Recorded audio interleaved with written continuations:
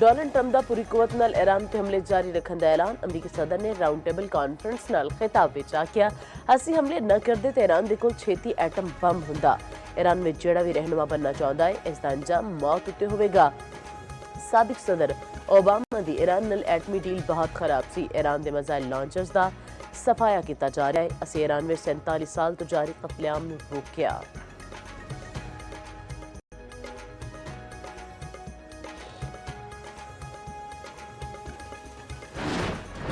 अमरीका ते इसराइली जंगी तैयारियां दी ईरान उत्ते शदीद बमबारी नवे फिजाई हमले शुरू कर दिते। कुम दे नवाही इलाके में अमरीका ते इसराइल ने मिसाइल हमले किए। खबर एजेंसी के मुताबिक हमले में मुख्तलिफ फौजी तनसीबात नूं निशाना बनाया गया।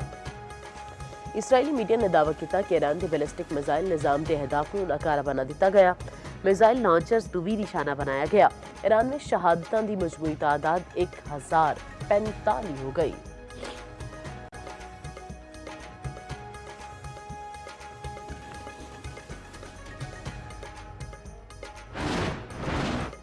ईरान ने अमरीकी अड्डियां उत्ते इसराइल उत्ते हमले जारी। 40 तो वध मिसाइल दागन का दावा। हुण तक 5 अमरीकी फौजी हलाक कर चुके।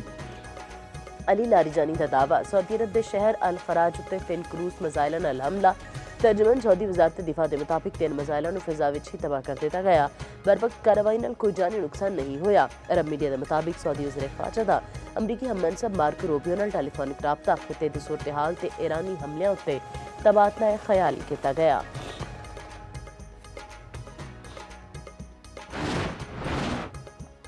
इसराइल के लबनान उत्ते भी हमले जारी। जां भाग अफराद की तादाद 72 हो गई। 437 जख्मी।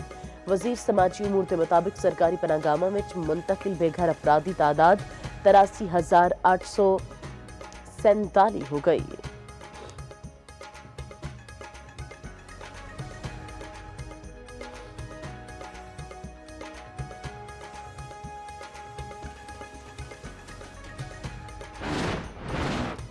शहादा दी कुर्बानियां पाकिस्तान की सलामती ते इस्तेहकाम की बुनियाद ने। फील्ड मार्शल आसिम मुनीर दी जनूबी वज़ीरिस्तान के इलाके वाना के दौरे के दौरान गलबात।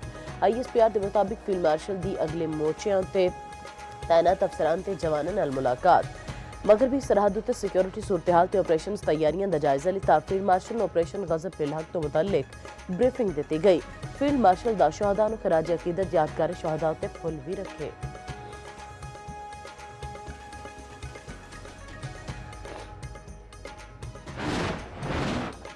कीवीज़ ने T20 वर्ल्ड कप के फाइनल का टिकट कटवा लिता। सेमीफाइनल में न्यूजीलैंड ने जनूबी अफ्रीका को 9 विकेटों तो शिकस्त दे दी।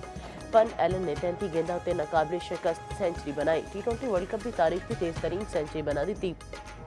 दूसरा सेमीफाइनल आज इंग्लैंड ते भारत के दरमियान होएगा।